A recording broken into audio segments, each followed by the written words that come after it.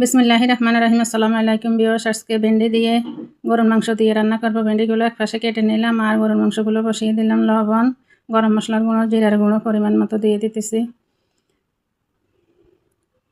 তারপর মরিচের গুঁড়ো, হলুদের গুঁড়ো দিয়ে দিচ্ছি। পরিমাণ মতো আদা রসুন পেস্ট দিয়ে দিলাম। অল্প করে একটু পেঁয়াজ কুচি দিয়ে দিলাম। সামান্য একটু তেল দিয়ে দিলাম। এগুলো আমি প্রেসার কুকারে সিটি দিতে বসিয়ে দেব। ভালো করে মেখে প্রেসার কুকারে সিটি দিলে সুবিধা হবে, এগুলো তাড়াতাড়ি সিদ্ধ হয়ে যাবে, কারণ ভেন্ডির সাথে এগুলো ভালোভাবে সিদ্ধ হবে না। এই যে আমার সিদ্ধ হয়ে গেছে। এখন আমি ভেন্ডি বাটি বসিয়ে দেব। প্রথমে আমি পেঁয়াজগুলোকে একটু ব্রাউন কালার করে ভেজে নেব, তারপর মাংসগুলো দিয়ে দেব।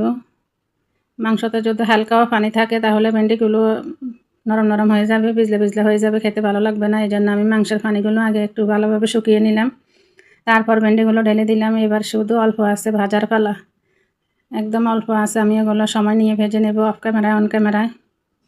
এই যে কালারটা দেখেন, দারুণ কালার। রাতের বেলা রান্না করতেছি, তারপরেও এত দারুণ কালার হয়েছে। আর দিনের বেলা ভিডিও করলে তো আরও দারুণ হতো। ভিডিওটা একটু যদিও ভালো লাগে লাইক কমেন্ট শেয়ার করবেন, পাশে একটা